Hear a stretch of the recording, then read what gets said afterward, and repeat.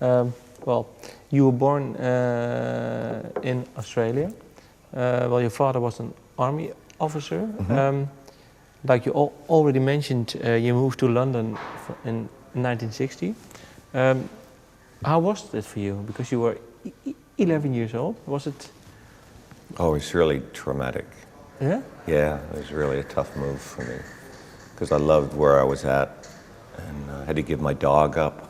Yeah? It was really a brutal thing to come to England. And, you know, I got picked on because I was Australian and had a funny accent. And the Australian and the English were playing cricket at the time. So I wasn't very popular because Australia was winning. Have you spoken to your dad about this? No, he was too busy with his life. We didn't really kind of talk about that stuff. We just naturally kind of shared experience. We knew that it was, we knew we were going through the same thing, all of us. So you must be really happy then when you returned. No, I loved it. I ended up loving it. I mean, I still email some of the guys that I knew when I was 12 in England. I still email some of them. They're all my age, you know, now. And no, I was very sad to leave England and didn't want to go home. So you had to move twice? Yeah, yeah. Oh, we've always moved. My dad was in the army, so we moved every couple of years, so I kind of got used to it. But it was still pretty tough. What did it do to you? It gave me no sense of real roots. I knew that if I made a friend, I would be leaving them. So I felt very, like I had no basis, and everything was temporary. When did you find this out? When did you find this out that you had? Oh, I knew it by about in my 20s. I realized how difficult it had been.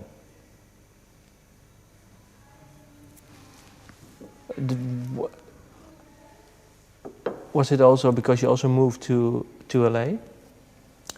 No, that was I got good at moving by that point. So yeah, I wanted to come to LA and was very excited about that. I mean, I was excited every time we moved. It was just scary as a kid, and a new kid in a new school. It's very hard. But the LA was different. But did it also learn you to become, well, that people liked you? Because now everyone seems to like you. Right, so what are you saying? That it maybe a lot of moving in your childhood made you, well...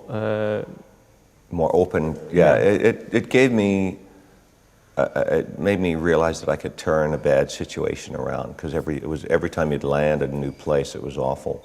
You know, you get kids wanting to kids wanting to mess with you. I don't know if you can say that on here. Yeah, you can. And but I would, in the end, they would all become my friends. So it taught me how to turn a situation around, and that was good for me. But it was also good that you have good looks, of course. No, when I was a kid, I was a pretty ugly kid. Yeah? Yeah. Yeah, and I didn't feel very comfortable with girls as a teenager at all.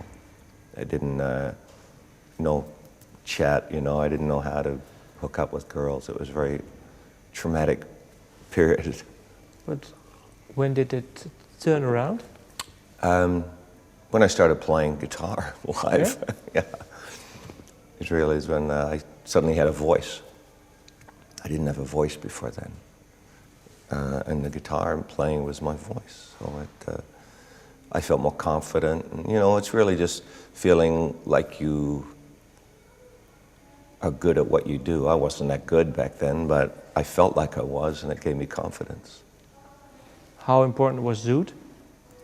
Oh, they were the first really national big band and first real national press and all, and I started writing in that band.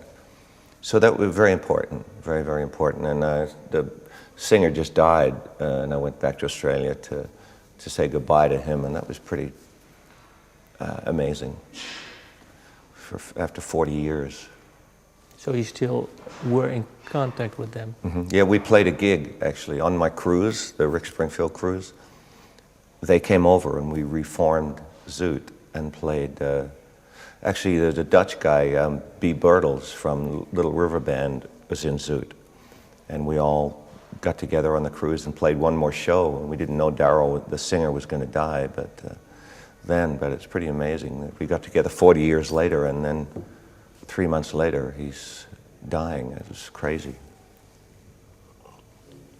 Is there one special memory that you had in Zoot that still lives with you? Yeah, I think having the first really big hit was a version of Eleanor Rigby that I arranged for the guitar, heavy version of Eleanor Rigby. It was a very big hit for us, the biggest hit in Australia. And that was my first real connection with having a hit record. It was very exciting. Have you spoken to Paul McCartney about this version? I've talked to him, but I didn't really tell him about the version. No. He'd probably be appalled if he heard it.